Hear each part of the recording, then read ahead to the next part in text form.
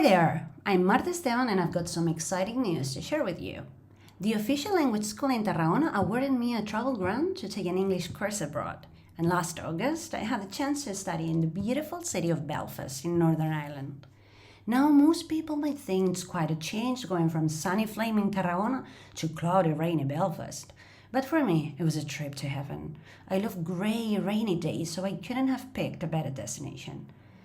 Living behind the Mediterranean heat and stepping into Belfast's cool, drizzly weather was perfect for an unforgettable learning experience. And beyond the weather, I had the opportunity to fully immerse myself in Northern Irish English, discovering its rich vocabulary and those curious expressions that make it so unique. As I had said in Belfast, I had some great crack and learned a big bit of everything along the way. Now, I invite you to join me on this wee journey. Look out for the woman with red glasses, and let's see if you can find me.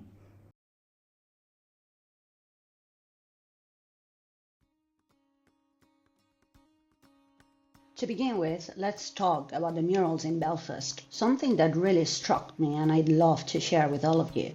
One of the most unique features of Belfast is that you can find walls covered with murals, genuine street art all over the place.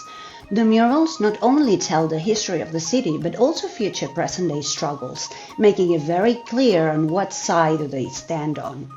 It's interesting how the artwork can spark conversations and make you think about the complexities of life here. The walls in Belfast have their own voices. The pubs in Belfast are something else. They're authentic, big, and full of character, with that classic wooden decoration that makes you feel right at home. And of course, Guinness is the star of the show when it comes to beer. It's one of those drinks you either love or hate. There's no in between, and personally, I just can't get on board with it.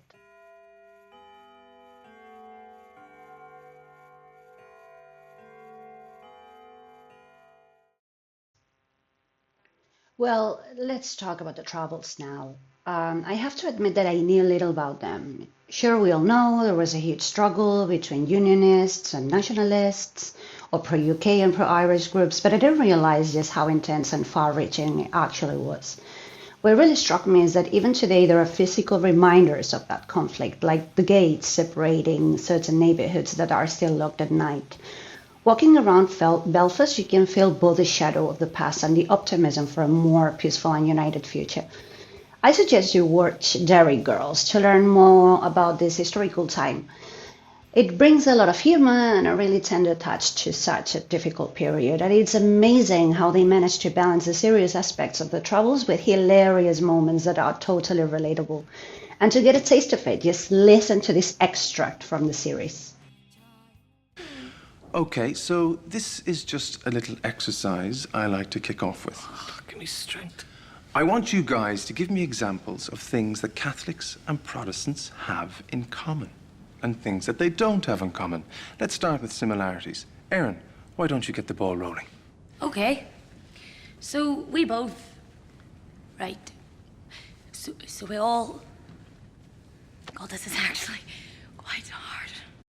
And now just enjoy the beauties of Belfast. They speak for themselves, so there's no need for me to say a word. Just take in the images, the music, and let yourselves feel like you're right there at this very, very moment.